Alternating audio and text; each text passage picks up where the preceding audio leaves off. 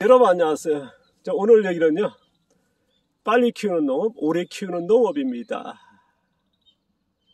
제가 이제 몇 년 전에 이제 창업 교육을 할 때 어떤 분이 이제 교육 끝나서 이제 뒤풀이 시간에 이제 자신을 소개할 때 그러더라고요.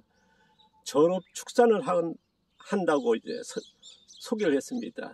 그분은 몇십만 마리의 그런 대규모의 육개, 우리가 이제 상배탕, 치킨용 닭을 키워서 7번을 1년에 키운답니다. 그래서 7번을 출하하는 거죠.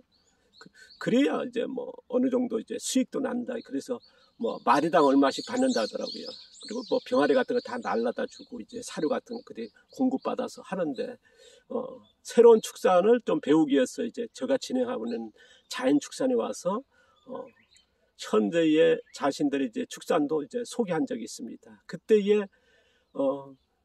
삼계통량과 삼계탕용과 이제 치킨용의 그 6개를 닭이죠 키워서 출하하는데 보통 29일, 30일에서 출하한다 하더라고요. 빠른 농가는 이제 기술이 뭐 엄청나게 빨라지고 이제 최근에 보면 25일도 키워서 출하합니다만은, 그 정도로 이제 그저 같은 6개 같은 경우 이제 50일 넘은 이제 시절도 있었거든요. 더 빨리 이제 당겨져 가지고 50일에서 45일에다가 이제 40일에다가 이제 35일, 30일까지 당겨지는, 그건 뭐냐면 이제 육종 개량과 그 다음에 사육 기술입니다. 그리고 이제 사육 기술이 발전하다 보니까 이제 대단히 빨라진 거죠. 이제 토종닭 같은 경우는 그저 뭐 지금도 보면 100일 해가지고 키워하는 농가도 있습니다만, 토종닭 같은 경우는요, 그전 같으면 우리가 뭡니까 이제 씨암탉이라서 뭐 3년, 5년 키우는 닭 해가지고 약닭이라 했지 않습니까? 뭐 그 정도로 했는데 이제 최근에 이제 빨리 키우는, 뭐 가격이 그렇다 보니까 이제 그렇게 또 맞춤하는 거고요. 산란계도 마찬가지입니다. 산란계도 보면 이제 토종닭 같은 게 그전은 이제 200일 넘어서 알을 낳고 봄에 가을에만 알을 낳거든요. 그러니까 뭐 사료에 따라 차이가 있습니다만 봄에 뭐 몇십 개 낳았고 뭐 몇십 개도 힘들었다 그럽니다. 제가 어릴 때만 해도 그렇게 알을 많이 안 낳거든요. 그러니까 봄, 가을에 좀 낳았고요. 겨울에는 이제 뭡니까 이제 사료 아니고 이제 집에서 나온 곡식류 하면 이제 한계가 있지 않습니까? 풀어 낳더라도요. 뭐 꿩같이 봄과 가을에 낳고 그러던 닭들이 지금 토종닭 같은 경우도 150일 알을 낳는, 왜냐하면 이제 거기에 사료 기술과 사육 기술입니다. 그러니까 산란율이 55%, 뭐 어떤 농가들은 이제 뭐 잘못하는 데는 40%도 있습니다만은 그 정도 비약적으로 발전했답니다. 그리고 산란계 같은 경우는 제가 산란계 했지 않습니까? 농장했고 교육을 주로 했는데요. 그것도 이제 10몇 년 동안 축산을 배우기 위해서 많은 농가들이 왔고 이제 밭작물에 같은 재배한 걸 배우기 위해서 많이 이제 10몇 년 동안 창업 교육하면서 거기에서 산란계에서는 120일 만에 알을 낳는다 그러면은 그런 품종을 한 달을 더 키우는 150일 만에 알을 낳게 하는 그런 걸 권장했습니다. 그러니까 120일 키우면 빠르지 않습니까? 좋지 않습니까? 그런데 한 달을 더 키워야 되는, 왜냐 120일 만에 알을 낳았을 때는 체형이 작습니다. 그런 체형을 어느 정도 키워서 첫 알을 낳게 했으면 좋겠다. 그리고 보통 이제 산란계 우리가 이제 시중에 있는 갈색 계란들이 보면 18개월 정도, 뭐 농가에 좀 차이가 있습니다. 빠른 농가는 15개월 만에 이제 폐계시키고 이제 교체, 알을 더 못 낳게 하는 겁니다. 왜냐하면 못 낳게 하는 게 아니라 이제 경제성이 없다 보니까 이제 보통 이제 경제성이 얼마냐면 80에서 이제 뭐 92% 그 정도 유지해야 되거든요. 그런데 이제 80% 떨어져 가면 또 어떤 때는 이제 70% 떨어져 가면 이제 교체하는 겁니다. 그리고 새로운 병아리 가져서 또 알을 낳게 하고 이제 계속 그렇게 순환시키거든요. 저 같은 경우는 이제 한 2년, 3년을 갔었으면 좋겠다. 저는 이제 3년을 권장했고요. 그러다 보니까 이제 한 달 더 끼켜라. 그 다음에 산란율이 90몇 프로에서 이제 80% 유지하는 게 경제성이 있다. 그래서 80% 이하 아니면 70% 이하는 이제 폐계시켜서 순환시키는데요. 저는 산란율을 70% 유지했으면 좋겠다. 왜냐하면 그게 했을 때 닭의 뭐니까 체력을 굉장히 높게 유지할 수 있거든요. 그러니까 면역력을 높일 수 있다는 거, 유지할 수 있다는 거거든요. 고갈시키는 거를 줄일 수 있고요. 그 다음에 계란이 워낙 좋습니다. 이제 수란간에 보면 이제 짭짭짭짭 있는 그 난액이 있습니다. 거기에 노른자가 형성되는 그 기간이 보통 이제 우리가 해부에서 봤을 때 보통 3개, 4개밖에 없습니다. 뭐 80에서 90% 산란했을 때. 그런데 70% 산란했을 때 어떤 일이 발생하냐면 한 7개씩 생기거든요. 그러니까 그만큼 계란이, 달걀이 좋다는 거거든요. 그래서 저 같은 경우는 이제 한 달을 늦게 하고 산란율 70%. 그럼 이제 그런 방법, 병아리 때부터 어떻게 키워야 되고, 인공가온에서 보통 우리가 37.5도에서 부화해서 30도에서 키우지 않습니까? 전기 같은 거 켜가지는데 그런 인공가온 없이 자연 상태에서 어떻게 키우는지, 사료는 어떻게 키우는지, 병아리 어떻게 키우는지, 큰 닭은 어떻게 관리하는지, 사료는 어떻게 먹이는지.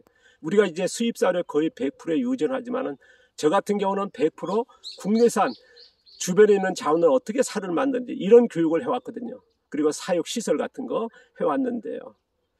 제가 이제 이런 교육만 해도 이제 뭐 특강하고 이제 창업계 오래 했지 않습니까? 하다 보니까 이제 얼마 전에 한 교육생이 문자를 보내왔더라고요. 뭐 수시로들 이제 문자도 옵니다만 제가 일체 답변 안 하고 이제 뭐랄까요, 차단되는 그런 쪽으로 이제 지향하는데요. 왜냐 그러면 이제 워낙 바쁩니다. 많은 분들이 이제 하다 보면 그걸 일일이 답변을 못 하거든요. 근데 이제 교육생 한 분이 뭐랄까 인사 겸 어떻게 잘 지내느냐 그런 내용이었습니다. 그리고 중간에 축하한다는 내용이었습니다. 뭐냐 그러면 선생님, 달인 명인농가 내 농가를 키운 그동안의 교육에 성과가 나온 거 있습니다. 정말 고생하셨습니다. 그런 내용이었습니다. 그 전에 이제 제가 이제 아마 착한 식당이란 프로 아실 겁니다. 착한 농장 1로 그 농가 이제 명인 농가죠. 그 다음에 이제 달인 농가 청주하고 포천이 새 농가는 명인 농가로 달인 농가는 있었습니다만은 이번에 또 한 농가가 소개됐답니다. 제가 이제 어떤 농가는 파악을 못했습니다만은 어쨌든 그 내 농가의 명인 달인이 탄생에 대한 축하의 문자였습니다. 바로 그분들에게 가르친 게 뭐냐면 바로 이런 방식이었거든요. 늦게 키우는, 오래 키우는, 한 달을 더 키우고 산란율을 70% 유지하는, 그래서 3년을 키워가는, 외국산이 아니라 국내산 사료로 이제 그런 방식의 사육을 해왔습니다. 그러면서 또 가르치는 게 이제 밭작물도 똑같습니다. 제가 이제 오래 키워야 된다는 밭작물 내용은 아닙니다만 원리는 가르쳤습니다. 지금도 완전한 공개는 못하고 있지 않습니까? 왜냐 그러면 실제적으로는 지금 제가 이제 앞서도 계속 소개합니다. 양배추만 해도 일반에서는 벌써 작년에 이게 9월달에 심었지 않습니까? 지금 수확 다 끝났거든요. 보통 양배추가 어떻습니까? 70일에서 80일, 90일 초적생 재배 아니면은 100일에서 120일 촉생 재배 하지 않습니까? 이게 현재 양배추 재배력입니다. 전 세계가 그렇죠? 그러면 연날 같은 경우는 150일, 160일이었거든요. 그게 전통적인 재배 방법입니다. 저 같은 경우는 어떻습니까? 지금 작년에 심은 다른 데는 다 꽃대가 올라오고 다 터지고 수확이 다 끝났는데 저희들은 이제 이 정도입니다. 결국 안 돼서. 그래서 300일 만에 수확하는, 그래서 오래 키우는 지연재배죠. 작물도 어쨌든 지연재배라고 하는 오래 키우는 용어는 안 썼습니다만 재배력은 방법은 교육을 해왔습니다. 제가 이제 20몇 년 동안 이제 이런 방식으로 한다는 거, 양배추만 해도 20몇 년 동안 매년 수확하고 있지 않습니까? 그 당시도 제가 양배추 1년 키우는 양배추는 소개했습니다. 어떻게 생산하는지 사진을 꼭 보여드렸거든요. 그리고 많은 분들이 이제 도전하고 있습니다. 저는 이제 현대 농업에 이제 빨리 키우는 농업, 제가 지향하는 오래 키우는 농업, 어느 게 맞다 틀리다는 거 없습니다. 현재 우리나라의 소비시장 어떻습니까? 저가 시장에 다 맞춰 있거든요. 저가는 뭐겠습니까? 저품질이니까 저가 되는 거고, 저품질은 뭡니까? 거의 맞춘 기술이거든요. 지금 우리나라에서는 뭐랄까요, 오래 키워서 그 가격으로 해서는 도저히 농가 유지 못합니다. 그러니까 촉생 재배가 맞는 거고요. 전업농은 그렇습니다. 하지만은 저는 이제 도시 텃밭, 도시농 같은 자금농, 자연농 같은 경우는 어떻습니까? 오래 키우는 농업으로 가는 게 맞지 않나 하는 저의 생각을 가져봅니다. 현재의 전음농 같이 도시 텃밭이나 자금농이 자연농이 이쪽으로 가는 거는 좀 아쉽지 않나. 그리고 하려고 해도 그런 기술이 보급된 적이 없습니다. 지금 전통적인 재배 방법만 해도 거의 사라졌지 않습니까? 뭐 토종 농사를 한다, 무슨 자연농 한다 그래도 거의 촉생재배로 가고 있거든요. 자연농이 촉생재배 농업의 하나의 방향으로 가고 있으니까요. 그 정도로 이제 기술을 찾기는, 또 그런 농가를 찾기는, 또 기술처는 거의 없지 않습니까? 용어조차 없으니까요. 하지만은 제가 이렇게 농사를 짓고 있다는 거 하는 거를 공개하는 거니까요. 참고만 하시고요. 어느 쪽이 맞을지 모르겠지만 여러분의 선택이죠. 저는 이제 이렇게 한다는 거 소개해 드렸습니다. 감사합니다. 고맙습니다. 오늘 조금 불편하면 좀 한 것들 이해 부탁드리겠습니다.